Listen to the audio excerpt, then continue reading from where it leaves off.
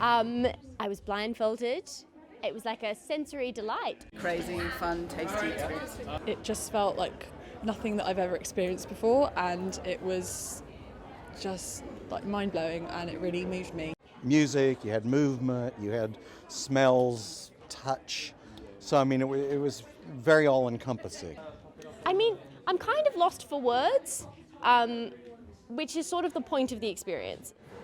So the sensory score is basically this kind of sensory experience where there's 30 audience members and there's 30 performers. And it's a one-to-one experience where the performers are doing certain things to heighten the textures and the quality of the music. So we're using different smells, different tastes, different touch to really heighten and evoke the imagination of the audience member in tune with the musical score. We're living in a time where everything's very disjointed, and that's partly why we don't really think of different senses as much. And so we wanted to bring something together that was about people fundamentally, and how a person can help another person bring about their sense. So BitterSuite in itself is creating an experience with classical music that's embodied. It's really something that connects with the body. I think that that's a huge element that's been kind of ostracized almost in the classical music world. It's a very cerebral world. There's a tendency towards the aesthetic and the cerebral rather than tactile, food, all these kind of almost hedonistic aspects. BitterSuite is basically a concept which is exploring how we can enhance the way that people listen to live music through every sense. It's inspired by synesthesia and graphic notation, and as a kind of way of matching sensory experiences along with the music to try and either metaphorically explain what the music is saying at the same time or explore the same sensations in time with the music.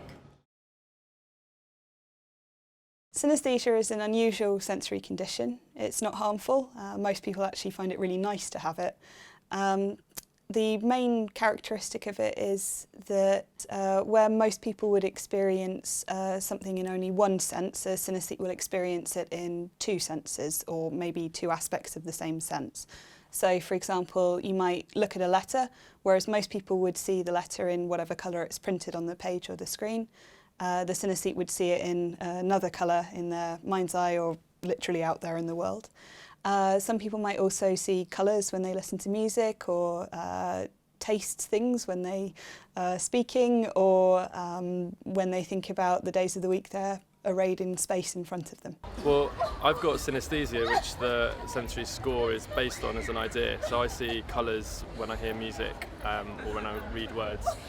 So I'd explain it as an attempt to recreate that experience that synesthetes have. Colours being assigned to musical notes is a relatively common form of synesthesia, and it does take various forms. So for some people it might just be musical notes, so an isolated B flat, say, would have a particular colour.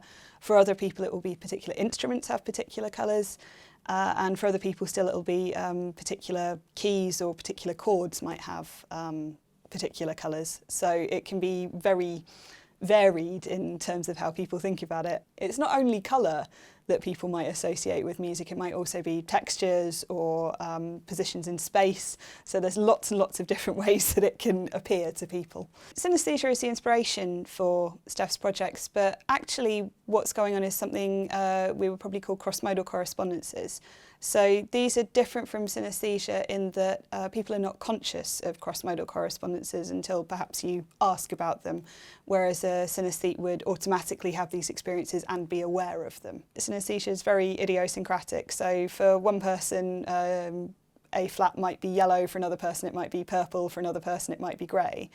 Cross-modality though, or cross-modal correspondences, are more general perhaps. So for example, a high pitched note would be lighter than a lower pitched note, but people wouldn't be quite so precise about what colour it should be. In September last year, we were approached by Nesta to do an original commission with a current living composer, and I immediately knew that the person I'd want to work with is AUCLAIR. We'd agreed that we wanted it to be partly real instruments, partly electronica, which is definitely the kind of music that I make as as a musician and a songwriter anyway. And I'd never worked with strings before, and strings are so expressive, and there's like so much you can explore within that. I used them as my rocket launch and explored their personalities, the instruments, it's cello, violin and viola, and from there everything else sprang. I went away, created these pieces, sent them over to Steph. She came back with an incredible kind of sensory response to all of them, telling me, you know, this first movement makes me think of bubbles and light, and I can't remember what a ladder's or something. I can't remember. It was all kinds of responses. So from that fed into my process for me to really kind of expand the world of each movement. I sent it to the movement people. They devised this whole sensory world and range of amazing stimuli for the audience. And then we all got into a room together, and that was the first time I saw how the dancers were going to respond to it and how the string players were going to express what I'd written. Tanya and I spent a lot of time sharing ideas about things that musically and sound-wise inspired us. And that's where the initial idea for the score that we have at the moment kind of developed from. Once we'd had the music in a kind of more concrete form, we had that kind of finished as a first draft in February of 2015. And at that point, it gets handed back to me, and I immediately like brainstorm all of the ideas that kind of come into my mind about like sensory placement and what it kind of makes you think of, and kind of analyse all of the music to find out what's really going on in the score. And then I get into the room with the three choreographers, Ashraf Edgebear, Anna Pierce and Ailey Muir, and then we literally spend the next few days playing around with sensations and touch and moving, and see what kind of resonates with all four of us about the right sensation to evoke that part of the music. A lot of the sort of cross-modality of our senses, that kind of comes out a lot in the very beginning stage when we're listening to the music. Because if we hear a certain thing, we might be like, oh, it's got a very sort of earthy feel to that. And it's usually those characteristics that we pull out that we then take to the chef, for example, and ask him to create something that might be a bit earthier with a bit of a sort of brightness to it. So Steph would get in touch with me. She'll give me a really random brief. Sometimes it will say, can you create the taste of silence? Can you give me an uncertain taste? Can you give me something that represents blue, but without physically colouring it blue? And you know, she'll set you a load of little challenges. People don't know what they're going to eat. They're blindfolded, they can't see it. So normally you eat with your eyes, you don't have that luxury. So everything's on the palate at the same time as it's got to link with the music. So it's not a starter or a main or a dessert, they are tastes. It's a challenging taste that has to match the music. So we'll then go through again and again and again, trying it out, testing it on 3-4 people, and just playing with the ingredients. I was already working with Professor Charles Spence at the Cross-Modal Lab before I met Steph. So I've been looking into the whole cross-modality of well, particularly smell and taste. The thing about scent and perception is that scent actually has to travel. The signal travels a very, very short distance from the olfactory bulb straight into the brain. It goes straight into the more emotional parts of the brain, the ones which develop before speech. Because I trained as a musician, generally I will understand straight away what it is that she's talking about. So she'll send me some files of some music, I listen to the music, and then we have an odd discussion about how the music makes us feel and the kind of fragrance we think will go with it. Like, that one's really drippy, isn't it? Shall we have rain? Or that one's is really bouncy, that one's a soft, fluffy, marshmallowy sort of a sound, so shall we make it smell sweet? So once we got our kind of team together of all these sensory professionals, thought it would be a really good moment to introduce Claire from UEL into the mix to start the evaluation process. So one of the things Steph asked me to do was to come up with some way of seeing what people were getting out of the performance. So she and I designed a questionnaire together in which we asked people about what were their experiences about the performance, what did they like, what did they dislike. And in the first question, we pretty much just asked people, describe what's just happened. And they talked about sound, as you might expect, because obviously this is a music performance, but it was also really common for them to talk about taste and about touch as well. So what's happening is, I think you're seeing this shift away from thinking about the sound of the performance and towards the other senses. But when we come to the later questions, it's quite obvious that what's happening is not they're forgetting about the music usually, it's just that the other senses are sort of coming along with it. It's matching up across the senses.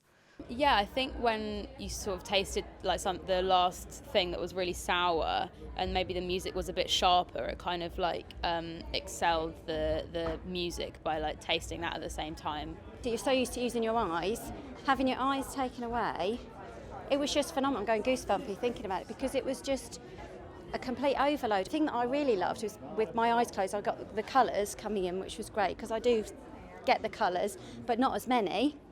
So I've had more colours and more shapes today. I normally get the same kind of shapes.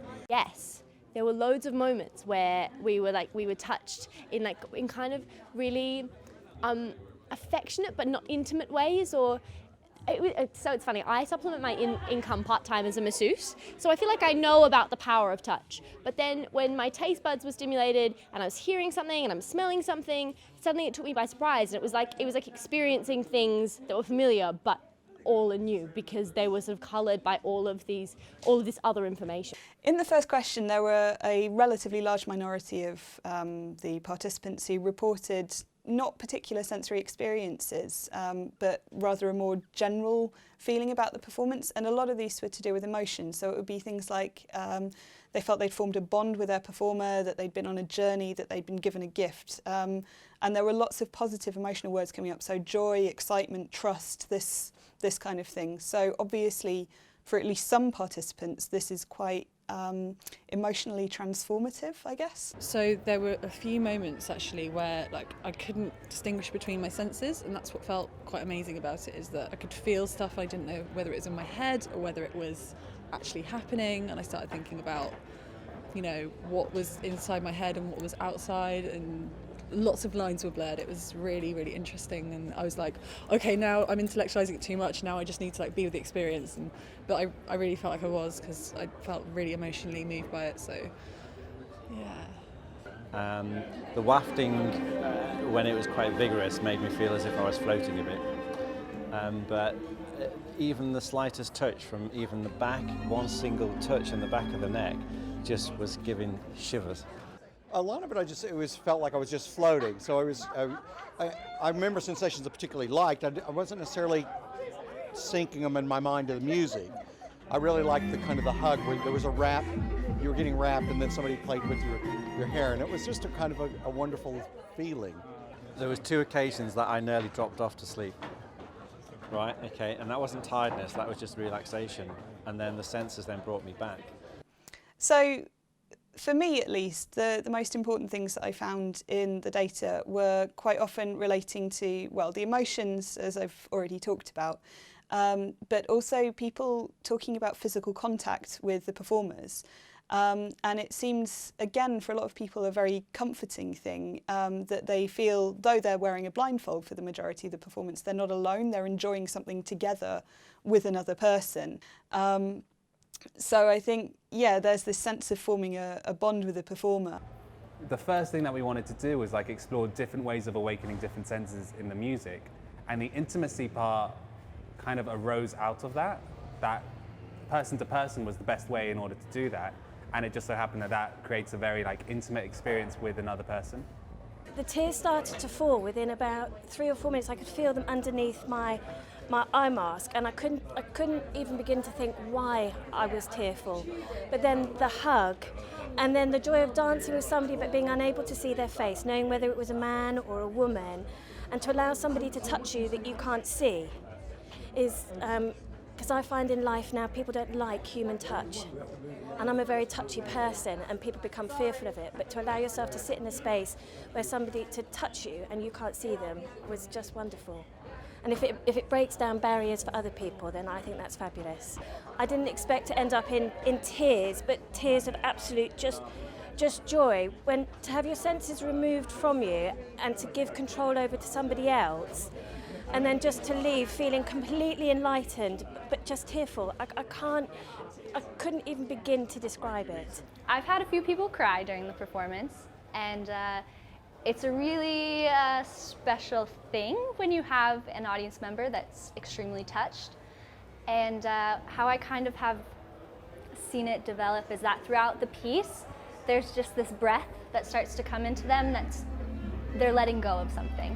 And you can kind of see that they might come in with a lot of tension, and it's the people who really let that tension and they just go with whatever tactile stimulus I give them. They start to really breathe and smell, and they start to, you feel them almost like drifting in a way. There's a sense of really engaging, and then towards the end in the last movement, I get to see a few people that start to kind of have that little shake, like that pre-cry shake, and it always comes with a smile. I've never had anyone break down in that way, but it's just this like relief and this joy of just like they let go, they let someone else have control of them, and they've really released something that they've been holding for a long time. So 2 other themes that tend to come up in people's responses are the idea of going on a journey and the idea of not being in control of what is happening. So the journeys, sometimes it's sort of phrased in the context of visualization. So people are saying things like, I felt like I was in a dark Scandinavian forest. I felt like I was going across the veldt with an injured friend, like these quite complex sort of visualizations about what's happening. But sometimes it's more sort of, it seems to be maybe an emotional journey, so like their feelings have changed towards the end of the performance. So there's people talking about the sense of elation in the room afterwards.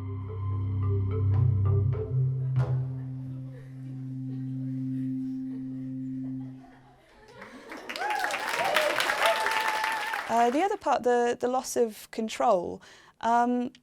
When I first came across these answers, I was thinking, oh dear, possibly people wouldn't have liked not being in control. But actually, most of the references to it were really positive. So people are talking about sort of submitting to the performance almost, or to the performer, but they're talking about it in very positive terms. So they call it blissful or trust, comfort. Again, all of these positive emotional words are coming up. Someone walked towards me, I can't even remember what happened, but someone walked towards me just with the biggest smile on their face, and it was a smile that kind of just said, like, you're in safe hands. And from that moment, I was ready for anything to happen. There's a moment when I thought I was going to fall off my chair, but I didn't care if I did. I was having a great time. I think if you are open to coming to something like this, then you are hopefully open to the experience in its full sense. And if you're not, you can imagine it will be a very uncomfortable experience because you don't really know what to expect. But I think if you can let yourself go for 30 minutes and just enjoy what is happening to you, knowing that someone's keeping you safe but having fun and giving you a chance at something different, it's great. I wouldn't say it's a concert per se, because I think that makes people automatically think it's something they just go and receive. And I think as an audience member, it's very much about you being a big part of it and quite central to it. So yeah, I think it's an experience. Judging from people's reactions, it's definitely an experience and an opportunity for people to open up. I think it's great. I mean, it kind of adds to the sort of collaborative nature of what you're doing, that you're not just this sort of one-dimensional relationship between performer and audience. This sense score really breaks that down and plays with it. It always should be about the audience, but with this one, it's more so about the audience because it's what they're feeling. Rather than in a lot of the classical music that we do, a lot of the time they're coming to see this ensemble or whatever. And this time round, it's really about what the audience is getting from it. Yeah, and you really feed off everything else that's happening during the performance.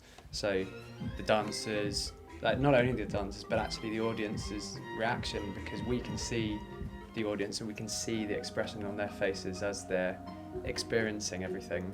And that really feeds into what we do when we're playing the music.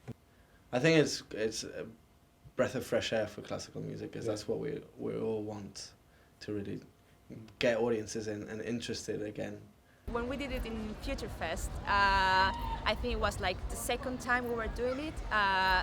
This lady, she just we finished the play, the piece, and then she just took her jacket and turned it around, looked at me, and then just left.